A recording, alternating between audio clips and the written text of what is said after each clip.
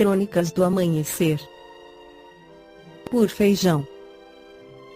Centro Espírita Allan Kardec de Balneário Gaivota, 4 de julho de 2021. Polícia Legislativa vai investigar gesto de assessor da Presidência em sessão no Senado, parte 2. A Polícia Legislativa do Senado vai investigar Felipe Martins, assessor especial da Presidência da República. O motivo foi um gesto que ele fez com a mão direita durante uma reunião no Senado.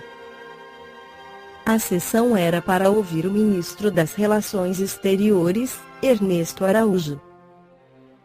Felipe Martins, assessor especial para assuntos internacionais da presidência, estava sentado atrás do ministro.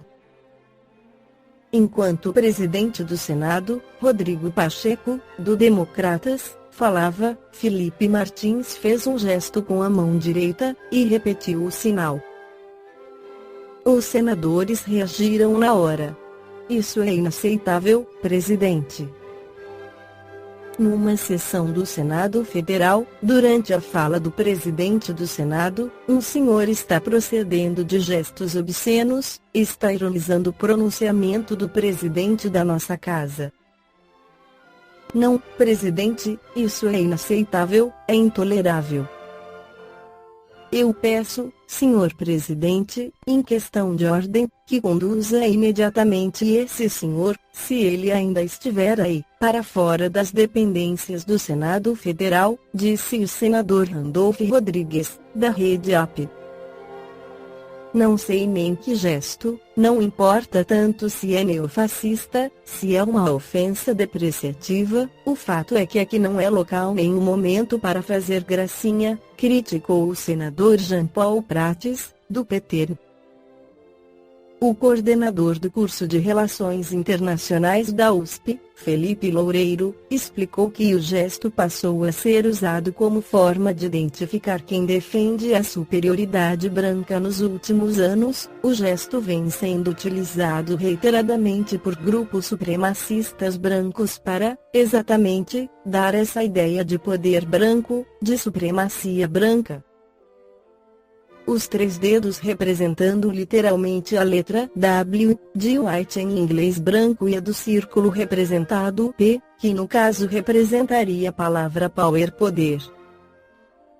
A gente está falando de um tipo de política codificada, numa tradução em inglês, apito de cachorro, o dog whistle, ou seja, a ideia de que você faz um gesto que é só compreendido por aqueles que entendem o gesto. Isso permite depois que você garanta um mínimo de negação plausível, dizendo que você, na verdade, não fez aquilo que as pessoas estão acusando. Mas não há dúvida que o gesto tem referência direta com supremacia racial, e é algo absolutamente lamentável que tenha ocorrido durante uma sessão do Senado, enquanto o presidente do Senado falava. Jornais estrangeiros, inclusive, já publicaram diversas matérias sobre como o gesto é usado por pessoas que pregam a supremacia branca.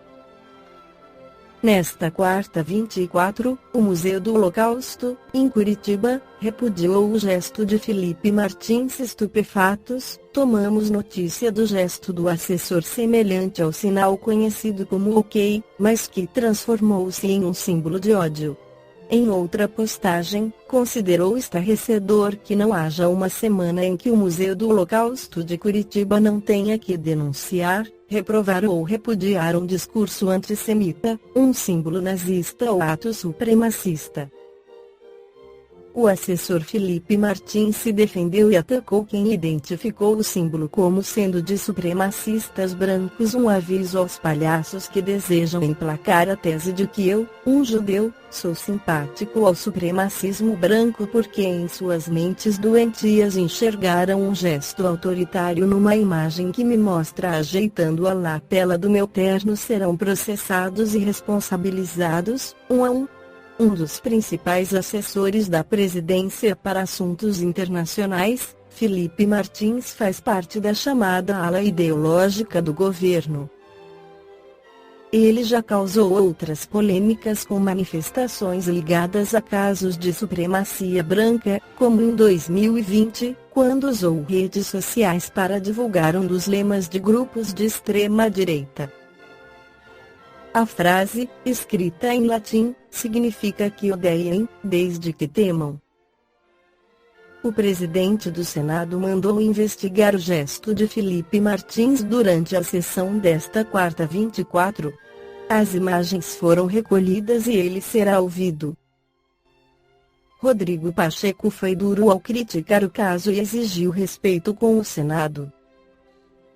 Nós queremos aqui, uma vez mais, repudiar todo e qualquer ato que envolva racismo ou discriminação de qualquer natureza, repudiar qualquer tipo de ato obsceno também, caso tenha sido essa a conotação, no Senado ou fora dele. E Senado não é lugar de brincadeira.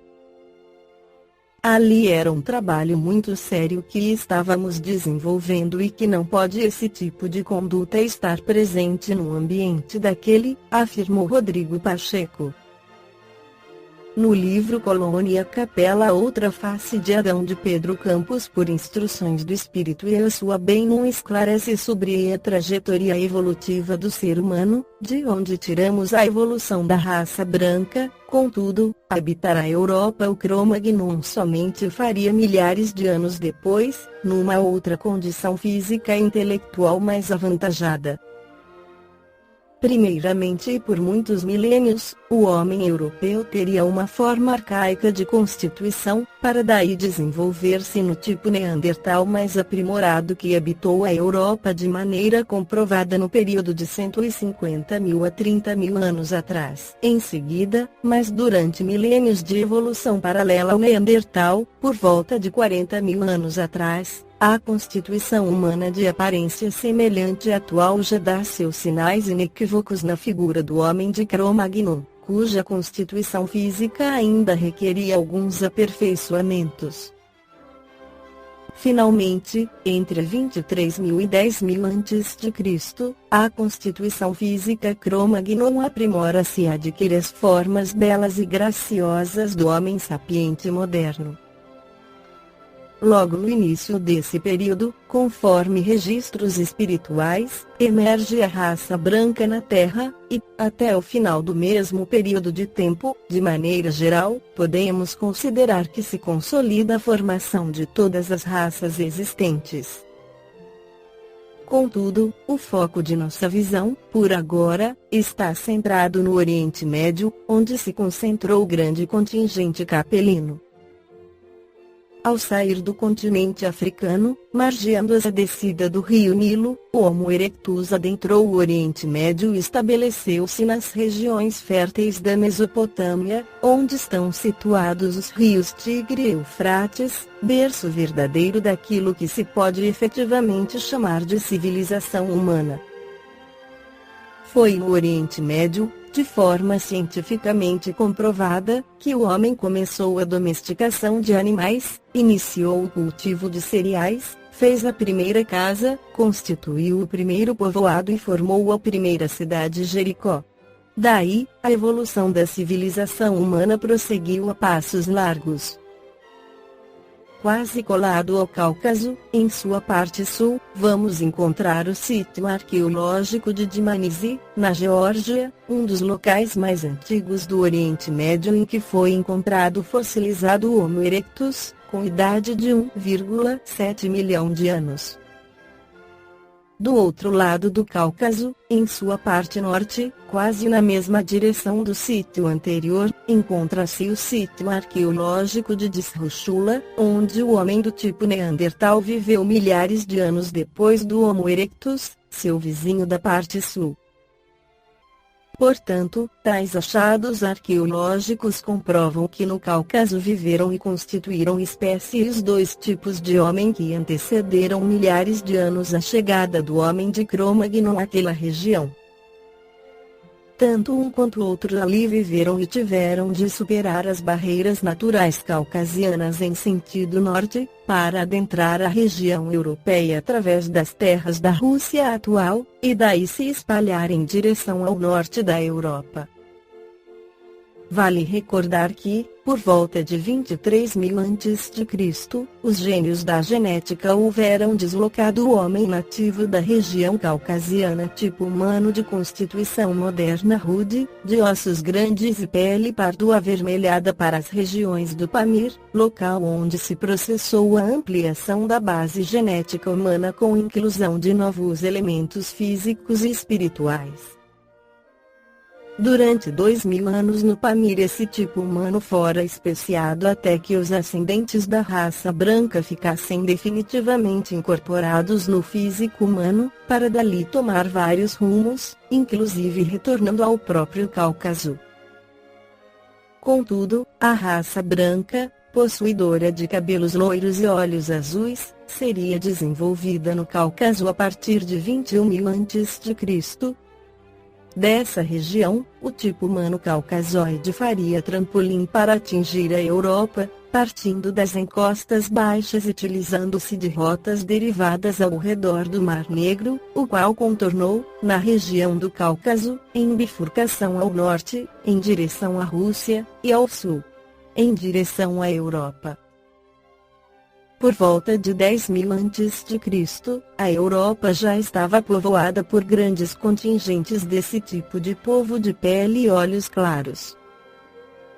Entretanto, devemos acrescentar que, em vez de ariano, como foi posteriormente denominado o povo com essas características físicas, lembramos que os árias foram a raça branca originária do Pamir, a qual habitou por milênios a região nordeste do Irã, nas proximidades do rio Murghab. Melhor seria denominá-lo caucasiano, pois é do Cáucaso que provém o tipo humano posteriormente especiado na região norte da Europa e que constituiu os ascendentes dos povos alemão, lituano, sueco e vários outros de iguais características físicas, fazendo todos parte da mesma família indo-europeia. Em 20.000 a.C. as migrações do Pamir já haviam atingido a Índia, o Oriente Médio e as regiões orientais da Europa. Uma dessas vagas migratórias estabeleceu-se nos planaltos do Irã, nas proximidades dos Montes Zagros. Tendo encontrado condições favoráveis de vida, ali permaneceu no curso dos milênios, produzindo extensa especiação de raça e derivando suas tribos principalmente para a região sul, em direção ao delta dos rios Tigre e Eufrates. A colônia de espíritos degradados da Capela, encarnados nessa região, faria emergir nos territórios do Oriente Médio, compreendendo Pérsia, Arábia, Mesopotâmia, Canaã, Fenícia, Síria, Anatólia e terras da Ásia Menor, por volta de 9.000 a.C., os primeiros vilarejos primitivos registrados pela história, os quais podem ser considerados o início da civilização humana. Assim, observamos as vilas primitivas de Ganjidari, no Irã, de Zawishemi, próxima ao lago Van, na Anatólia, de Jericó, próxima ao rio Jordão e ao mar salgado de Arabá Mar Morto, mais tarde, de Setal-Ilki, na atual Turquia, próxima aos lagos e aos montes Taurus, e muitas outras vilas primitivas. A expansão desses povoados primitivos deu origem às primeiras cidades do Oriente Médio, ao sul da Mesopotâmia, assim denominada por ser uma terra localizada em meio aos rios Tigre e Eufrates. Surge a civilização suméria, por volta de 5.000 a.C., caracterizada pela construção de diversas cidades. Posterior a esta, vieram outras civilizações, as quais se estendiam desde o Golfo Pérsico, subindo rumo norte em direção aos mares Negro e Cáspio, e derivavam por toda a parte ocidental delimitada pelo Mar Mediterrâneo. Próximo aos planaltos do Irã emerge a cidade de Susa. Na região baixa da Mesopotâmia floresce a Suméria, com as cidades de Lagash, Eridu, Uruk e Ur, esta última que seria mais tarde a terra de nascimento de Abraão. Ao mesmo tempo do surgimento dessas cidades, vizinha a elas nasce a Babilônia, às margens do Eufrates, a qual permaneceria sem muita importância por alguns milênios. Contudo, por volta de 2600 a.C., Babilônia já se destaca das outras por seus prédios públicos, Palácio Real e altos zigurates que, além de serem templos de culto religioso, também eram palcos de observação astronômica, até que, por volta de 2000 a.C., se transformaria num poderoso império, capaz de competir com os faraós do Egito, em busca da primazia nas atividades que exercia. Foi a primeira civilização do mundo a estudar os céus do infinito, a identificar estrelas e constelações, a encontrar planetas e cometas, a mapear os céus e identificar a constelação de Auriga, onde se encontra o sistema da estrela Capela. Posteriormente, os reis caldeus da Babilônia desenvolveram a tal ponto o estudo da astronomia que, na antiguidade, a Babilônia repontaria como a mais culta das nações no estudo dos céus, aquela que fizera literatura e formara extensa biblioteca especializada. Por essas razões, foi considerada inigualável em conhecimento astronômico pelos povos que viveram antes da era cristã. Babilônia foi a civilização que construiu o mais controvertido zigurate da antiguidade, aquele que chegaria até os tempos atuais com o nome lendário de Torre de Babel. Foi a primeira nação a codificar leis, estabelecendo um código com 282 artigos personificados por Hammurabi no período em que governou 1792 a 1750 a.C., código este que estabelecia normas para a vida em sociedade, regulamentos para o casamento, para a cobrança de juros, regulamentava penalidades para crimes e acusações, além de tantas outras normas de convivência. Na época do nascimento de Abraão e cerca de meio milênio antes de Moisés ditar ao povo hebreu o Decálogo, os babilônios tinham o código de Hammurabi como de origem divina. E registraram sua crença sobre a origem divina do código em escrituras históricas, reproduziram-na em peças esculpidas e em várias outras obras de arte, as quais se encontram hoje espalhadas em alguns museus. Ao norte da Suméria estava Cádia, país formado por tribos das planícies e por povos semitas vindos da região oeste, onde se encontram hoje o Iraque, a Síria e a Jordânia. Logo acima da Cádia, na Mesopotâmia, estava a Síria, tendo na cidade de Nínive o seu quartel-general. Nessas épocas recuadas, onde as primeiras civilizações apenas emergiam, as monarquias que as comandavam eram conseguidas através da guerra. O mais forte vencia e imperava na região. Nesse diapasão emerge a Síria, nação de guerreiros que, quanto mais conquistavam, mais sentiam vontade de conquistar para expandir seu território. Com essa cobiça territorial ilimitada, a Assíria formou a mais bárbara máquina de guerra conhecida no início da civilização. Estava dotada de inúmeros carros de combate, grande quantidade de soldados treinados montados a cavalo e fortemente armados de arco e flecha, lanças, espadas de ferro, escudos protetores, calçados de couro, vestimentas especiais, além de possuírem uma fúria militar jamais vista na história até então.